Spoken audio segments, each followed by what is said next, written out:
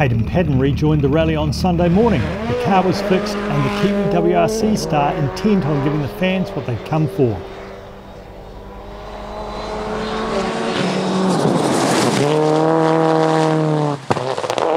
Matt Summerfield also rejoined on his 24th birthday and showed what might have been second fastest to Paddon on the first two stages of the morning. But the battle for the rally was being fought out by David Holder, the overnight leader, keeping the margin to around a minute as he kept his head and drove cleanly. Emma Gilmore chipping away at Holder's lead, 2/3 and a second in the final morning stage. She had the Suzuki flying and cut Holder's lead to 52 seconds.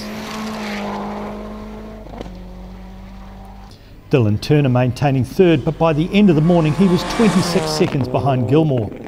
Graham Featherson stopped with electrical issues and returned to the service park, out of the rally. And Andrew Hawkswood stranded in the first stage, a large hole in the Mazda's engine. We started off this morning with it, the engine was a little bit crook, but we were hopeful that we could get through today, but unfortunately it's cut itself in half, so that's the end of our rally, unfortunately. Day one pace setter Sloane Cox had more bad luck, caught out with a bank, ripping his suspension out and ending his day on the side of the road. Yeah, unfortunately I cut him too tight on the right-hander, lifted me up on two wheels and drove me into the bank on the left-hander, didn't quite get around it. Luckily we didn't slide off the bank on the next corner, we stayed on the road, but hopefully we can get it fixed and get back out there in the afternoon. Day one had been frustrating for Phil Campbell. He'd struggled for grip, so the team softened the car and it worked. He climbed the leaderboard to 5th, although wary that the car has a leaking head gasket. Richard Baddock in 5th, but the centre diff has stopped working, so he was being careful to get the car home without damaging the front diff. Best rally yet for Clint Cunningham, with Possum Ball Motorsport now looking after his car. The benefits are coming with speed and reliability. 6 left to a 5 left, 60. Mike Young was up to 7th by the end of the morning, 6 minutes and 2 seconds behind Holder. And his penalty for stopping the super stage? 6 minutes. It would have been close.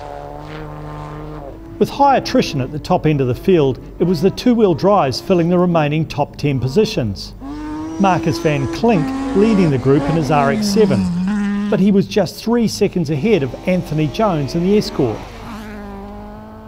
Max Bailey next in his Fiesta. Bailey has been running between the APRC cars and Hayden Paddon to help create a buffer, and the young driver taking that extra pressure all in his stride. Just 4 cars remaining in the Asia Pacific Rally Championship field. Up front it was the Skoda of Gaurav Gill. He was 9 seconds ahead of young German driver Fabian Krime, but it's Krime's first gravel rally, so he was showing great form and learning quickly. So with 3 stages left to run, David Holder with a 52.6 second lead over Emma Gilmore, then it's Dylan Turner, Phil Campbell, Richard Baddock, Clint Cunningham, Mike Young up to 7th now, and then Marcus van Klink 8th, the first of the two-wheel drives.